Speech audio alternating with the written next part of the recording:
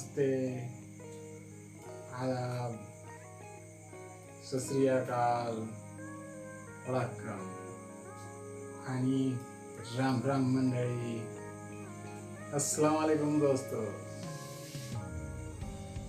तो आज का विषय है विकास दुबे का एनकाउंटर। विकास दुबे का आज एनकाउंटर होता है। विकास दुबे तो मारा गया, लेकिन उसका जो सफर है, छोटा विकास दुबे टू द गैंगस्टर विकास दुबे बड़ा, जिसको ऐसा बड़ा गैंगस्टर करने वाले, पालन पोषण करके इसको बड़ा करने वाले जो पॉलिटिकल लोग हैं, जो वाइट कॉलर क्रिमिनल लोग हैं, जिन्हें उसको बड़ा किया, उसको यूज किया हथियार बना के, अब उनका इन्वेस्टिगेशन नहीं होगा। विकास दुबे उसके पेट में वो राज लेकर मर गया। अब वो राज पूरे विकास दुबे के साथ दफन हो गया। अब वो राज कोई खोल नहीं सकता और वो हमेशा के लिए उसकी जबान बंद कर दी गई। तो दोस्तों स्टार्ट करते हैं आज का वीडियो।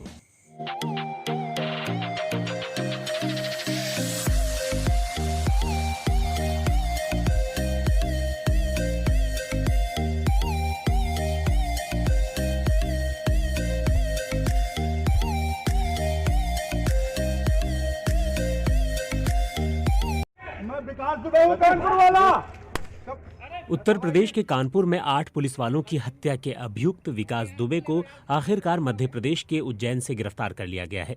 विकास दुबे की गिरफ्तारी कानपुर में हुए गोलीकांड के 7 दिन बाद हो पाई है। उज्जैन से आधिकारिक सूत्रों से मिली जानकारी के मुताबिक विकास दुबे ने गुरुवार सुबह महाकालेश्वर मंदिर पहुंचकर 250 रुपए की वीआईपी पर्ची कटवाई थी। पर्ची में नाम विकास दुबे ही लिखवाया। विकास के पास एक बैग था। वो मंदिर के सामने प्रसाद की एक दुकान पर भी गया। विकास अपना बैग कहीं रखना चाहता था। एक व्यक्ति से विकास ने बैग रखने की जगह भी पूछी। उसके बाद विकास दर्शन करने के लिए मंदिर के अंदर पहुंच गया।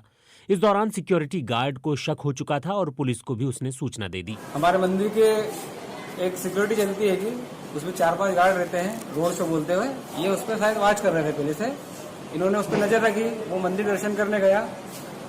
मंदिर दर्शन करके जब इधर से निर्गम से निकला तो उसको यहाँ रोक के यहाँ बिठाया। उससे यहाँ पूछताछ करी। उससे पूछताछ में उसने इधर उधर घुमाने की कोशिश करी कि मैं विकास दुबे नहीं हूँ, और फर्जी आईडी बताई। तो फिर चौकी लेगा उसे। चौकी पे उसने शायद कबूल करा कि मैं विकास दुबे हूँ। विकास के 2 साथियों बिट्टू और सुरेश को भी गिरफ्तार किया गया है, लेकिन अभी तक उनके बारे में ज्यादा नहीं बताया गया है।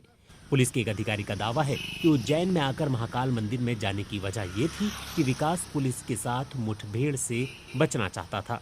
वहीं ये भी जानकारी मिली है कि वो मंदिर परिसर में सुबह काफी देर तक घूमते रहा। पुलिस जब उसे गिरफ्तार करके ले जा रही थी तो वो चिल्ला रहा था, मैं हूँ विकास दुबे कानपुर वाला। मैं विकास दुबे हूँ कानपुर वाला। विकास दुबे को गिरफ्तारी के बाद महाकाल थाने ले जाया गया। इस दौरान भी विकास ने मीडिया से बातचीत करने की कोशिश की। वहां विकास ने फिर चिल्लाकर कहा कि वो विकास दुबे है कानपुर वाला। पुलिस ने विकास को चुप कराया। वहीं पुलिस विकास को थाने ले जाकर काफी देर तक पूछताछ करती रही। बताया जाता है कि पुलिस पूरी तरह से आश्वस्त हो जाना चाहती थी कि जिसे पकड़ा गया है वो विकास दुबे ही है। जिस व्यक्ति के पीछे पिछले 1 हफ्ते से कई प्रदेशों की पुलिस लगी हो, वो इतनी आसानी से कैसे अपनी गिरफ्तारी दे सकता है। नरोत्तम मिश्रा ने भी बताया कि विकास दुबे की गिरफ्तारी की जा चुकी है। हालांकि उन्होंने ये नहीं बताया कि गिरफ्तारी किन हालातों में हुई और पुलिस को कैसे जानकारी मिली। बहुत क्रूर हत्यारा था ये प्रारंभ से, जैसा बाल्यकाल से इसका जीवन आया है। बचपन में भी खून से हाथ धोने वाला बताते हैं, लेकिन मध्य प्रदेश की हमारी जाबाज पुलिस है। ये इतनी नृशंस हत्या और की घटना जो हुई थाने वाली, उसके बाद से ही हमने पूरी मध्य प्रदेश को पुलिस को अलर्ट किया हुआ था। अलर्ट मोड पर मध्य प्रदेश था।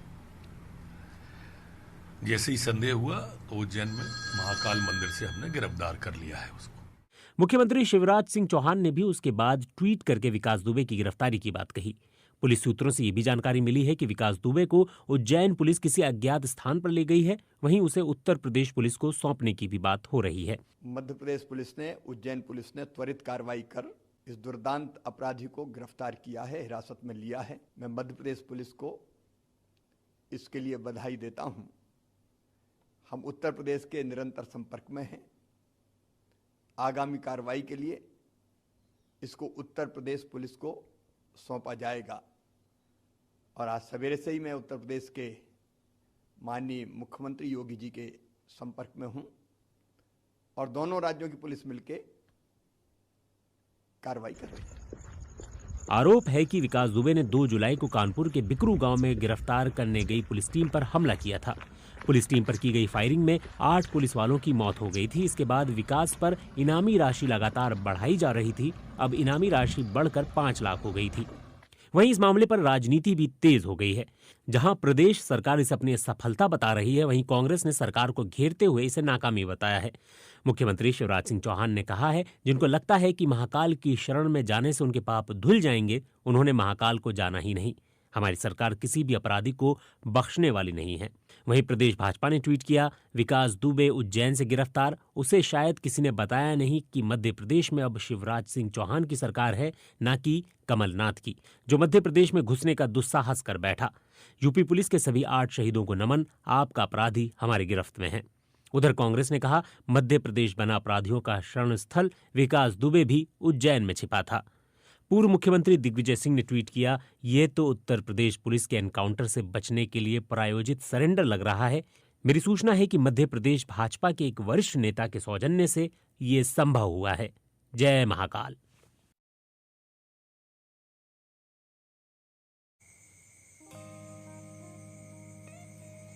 जैसे आपने देखा, आज का विषय है एनकाउंटर ऑफ विकास दुबे। तुमने देखा होगा ज्वाली LLB2 अक्षय कुमार की फिल्म, उसमें वो इसी तरह से गैंगस्टर की हत्या के बाद एक केस लड़ता है और उस कहता है कि पुलिस वालों ने उसका इनकाउंटर कैसे किया, गलत तरीके से इनकाउंटर किया। पहले विकास दुबे ने 8 लोगों की हत्या किया उत्तर प्रदेश में, तो उसमें DSP रैंक का क्लास 1 ऑफिसर भी था। उसने उसको भेजे को उड़ा दिया और उसका पैर काट के फेंक दिया। इतना बेरहमी से विकास दुबे ने DSP और 8 पुलिस वालों को मारा था, जो उसको सिर्फ पूछताछ करने गए थे 307 IPC केस में। और उसने इतना बेरहमी से मारा, तब किसी को भी उसने 4 से कम गोली नहीं मारी थी। उसके बाद पुलिस में को समझ में आया कि अपन ने जिस गैंगस्टर को बड़ा किया है उसको ढिलाई बरत की, तो वो अपने को मारने लगा है।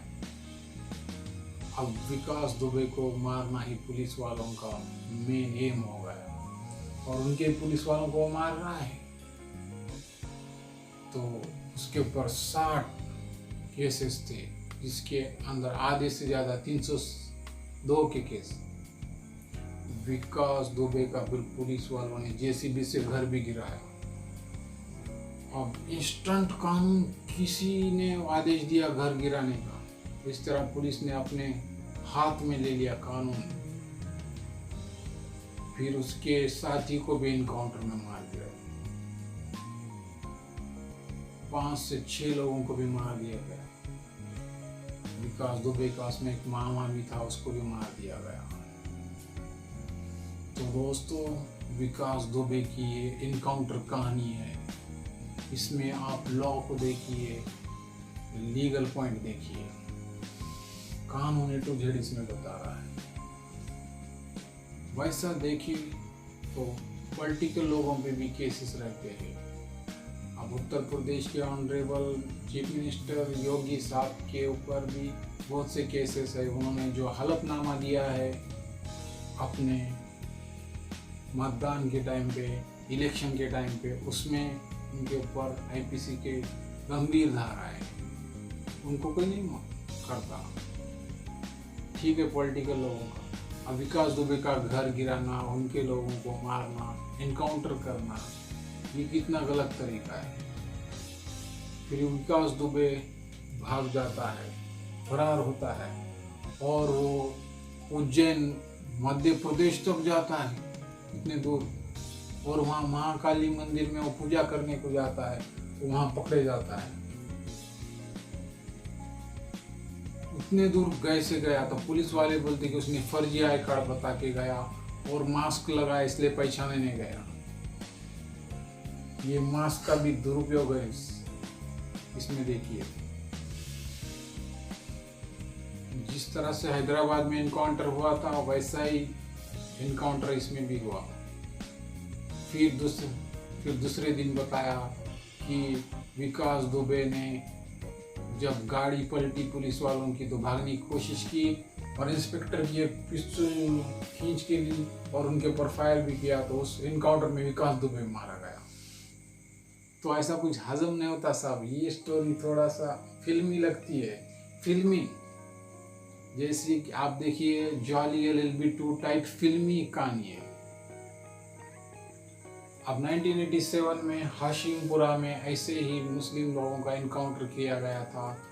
उनको 30-35 लोगों को मार के फेंक दिया एक कैनल में। बाद में उनकी लाइफ बॉडीज और उनकी कुछ चीज़ें बरामद हो गई। सुप्रीम कोर्ट में उसने कड़क कानून दिया और 17-18 पुलिस वालों को उन्होंने लाइफ इम्प्रिजमेंट दिया।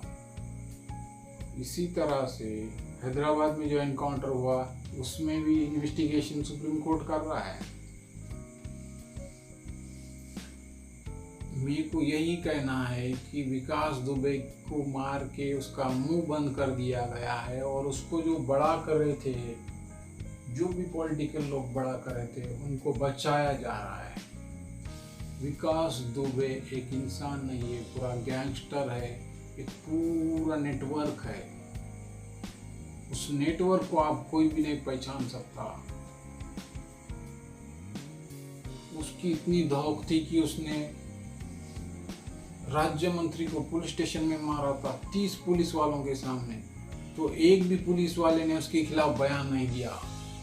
देखो उसकी फिर ताकत कितना बढ़ गई और वो आज वही पुलिस वालों को मारना चालू किया। जिस राक्षस को पुलिस वालों ने तैयार किया था वही राक्षस ही उनको मारने को निकला। तो ऐसा ही होता है साहब। आपको मालूम है कुछ साल पहले हैदराबाद में भी इनकाउंटर हुआ था। डॉक्टर गर्ल के ऊपर रेप करने वाले रेपिस्ट को भी झटपट इनकाउंटर में मार गिराया था। ये झटपट न्याय है, इंस्टेंट न्याय है, मैगी नूडल्स जैसा न्याय, फटाफट। लेकिन मेरे को बोलना चाहिए कि रूल ऑफ लॉ है क्या? नहीं, लॉ सिर्फ पुलिस वाले ही चलाएंगे क्या? और कोई लॉ नहीं चला सकता क्या? भारत का संविधान कहता है कॉन्स्टिट्यूशन ऑफ लॉ, यहाँ पे रूल ऑफ लॉ चलेगा। Constitution law is supreme.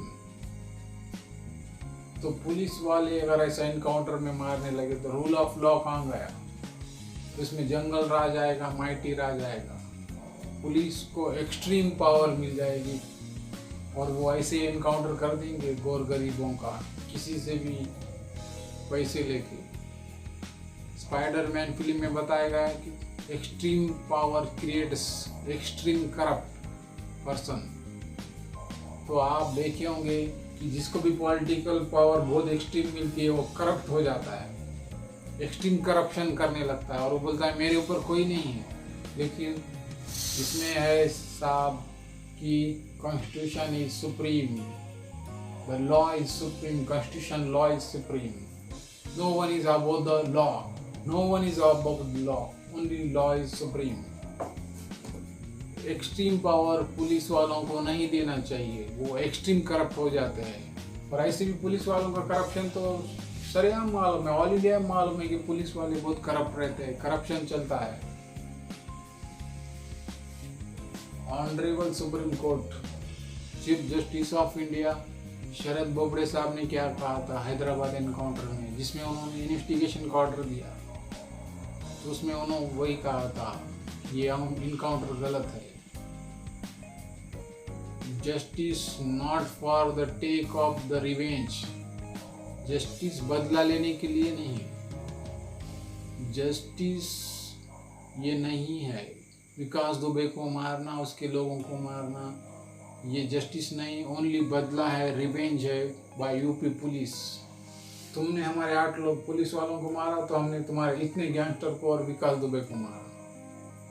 कानूनी प्रक्रिया से इसको सजा नहीं देना था, उसका पूरा नेटवर्क में के 10, 20, 100, 50 लोगों को सजा देना चाहिए था। और उसका जो मेन पालन पोषण करता है उसको बड़ा करने वाला, तो उनको भी सजा देनी चाहिए थी। जो कि वाइट क्रिमिनल कॉलर है, वाइट कपड़े डाल के इलेक्शन लड़के बड़े हो जाते हैं।